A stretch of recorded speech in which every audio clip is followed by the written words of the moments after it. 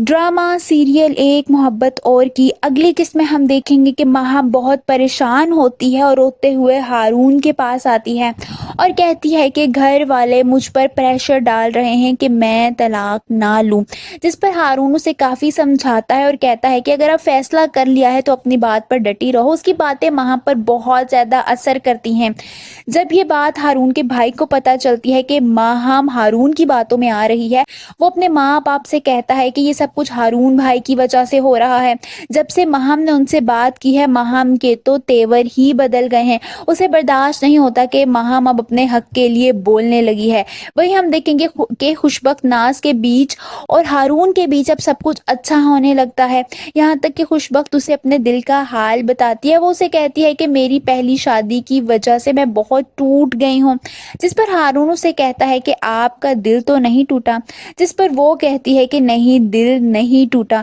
उन दोनों के जज्बात एक दूसरे के लिए नरम पड़ने लगते हैं। वही खुशबख्त की बहन को वो कुछ बदली बदली सी लगती है। वो उसे शौकी से अंदाज में कहती है कि क्या मामला है। जिस पर खुशबख्त टालते हुए कहती है कि कहना क्या चाहती हो। वो समझ तो जाती है कि वो हारून के बारे में पूछ रही है, लेकिन फिलहाल वो किसी को ये बात नहीं बताना चाहती। वही हारून अपने घर वालों से कहता है कि आप लोग मसला हल ही नहीं कर रहे। जिस पर उसके वालिद कहते हैं कि हमें बताओ मसला कौन सा है। दरअसल हारून का इशारा माहम की शादी की तरफ होता है कि माहम बहुत ज़्यादा टॉक्सिक ज़िंदगी गुजार रही है।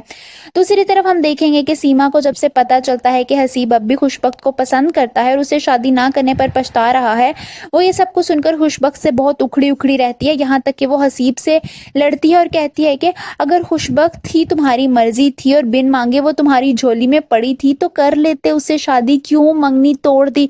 जिस पर हसीब चिढ़ते हुए कहता है कि इसी गलती को सुधारूंगा अब मैं। ये सुनकर सीमा को गुस्सा आ जाता है और वो खुशबख्त के घर चली जाती है और जाकर उसके किरदार पर बहुत बातें करने लगती है।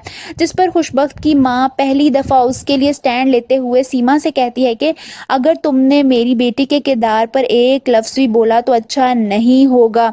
वो बहुत ज़्यादा गुस्सा हो जाती हैं। जिस पर सीमा भी आगे से कहती है कि मैं बोलूँगी। खुशबख्त तो हैरान रह जाती है कि सीमा उसके बारे में इतना जहर कैसे उगल सकती है। वहीं दूसरी तरफ हम देखेंगे कि सानिया हारून को बहुत ज़्यादा पसंद करती है, मगर हारून उसे सिर्फ खुशबख्त की बातें करता है और उसको बताता है कि वो उसके लिए कितना परेशान है।